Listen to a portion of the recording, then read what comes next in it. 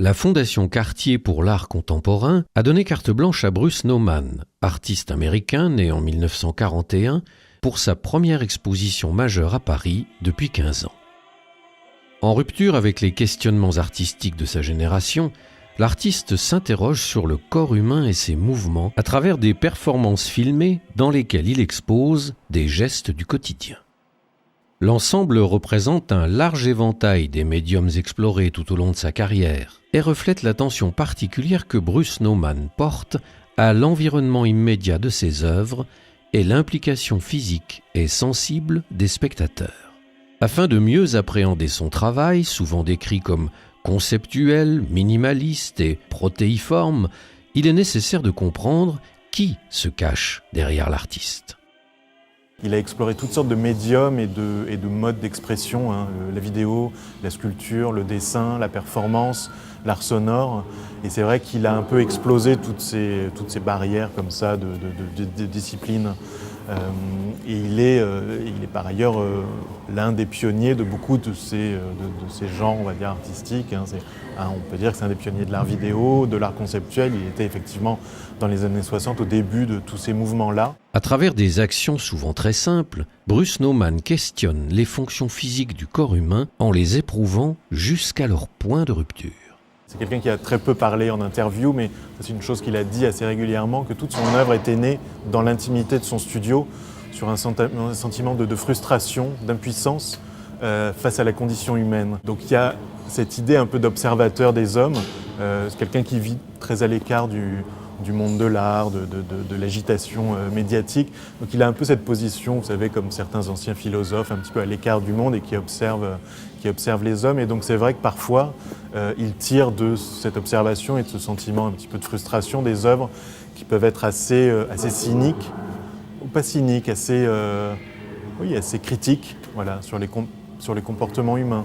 Pour cette exposition, Bruce Nauman présente 6 œuvres immersives qui résonnent avec le bâtiment de la Fondation Cartier et accentuent le contraste entre les espaces d'exposition transparents du rez-de-chaussée et ceux plus fermés du sous-sol. Il a choisi des œuvres plutôt très immatérielles pour le rez-de-chaussée, qui renforcent ce sentiment de transparence et de confusion des espaces extérieurs et intérieurs, puisqu'on a à la fois des œuvres purement sonores, donc finalement il n'y a absolument aucune matérialisation. On en a une à l'intérieur dans l'une des salles, une dans le jardin également.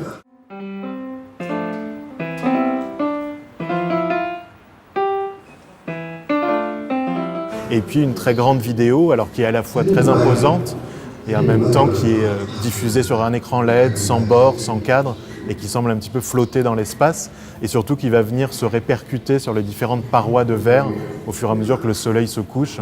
Intitulée Pencil Lift, Mr. Rogers, cette œuvre poursuit l'exploration des actions physiques et en particulier de la gestuelle des mains, jouant sur des sensations de tension et d'équilibre. Bruce Nauman réalise un jeu enfantin qui est d'essayer de soulever un crayon aiguisé des deux côtés avec les pointes de 2 autres crayons.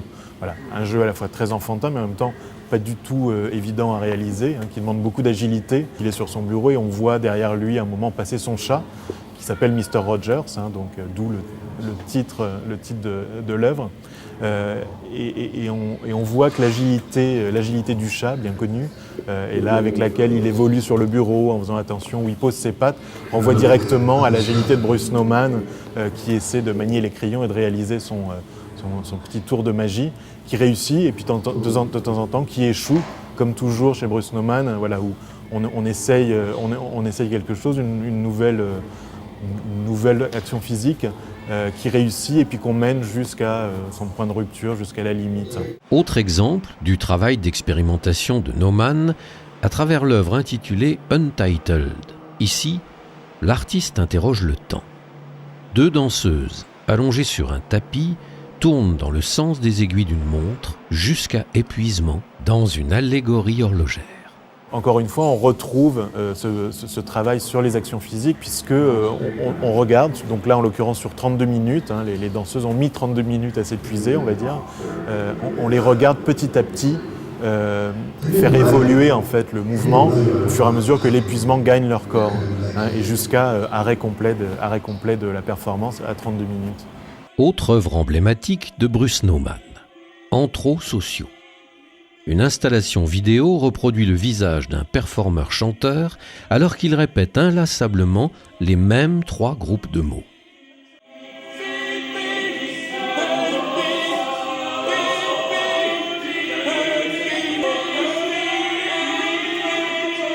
Il y a beaucoup de pistes de compréhension à partir de ces simples mots et on atteint vraiment presque quelque chose de l'ordre de la prière. Et on passe au sein de la même œuvre, comme ça, de l'observation intime, personnelle au collectif, puisqu'il y a ces injonctions, ces impératifs qui sont à la première personne, et puis avec l'adjonction des termes anthropologie, sociologie, qui sont les sciences humaines par lesquelles les hommes s'observent entre eux en société, on passe comme ça directement du très intime au collectif, comme s'il y avait une définition de ce que pourrait être la relation humaine ou le besoin de relation humaine. Si les œuvres de Bruce Nauman ne cherchent pas à transmettre un message, elles tentent néanmoins d'explorer la condition humaine.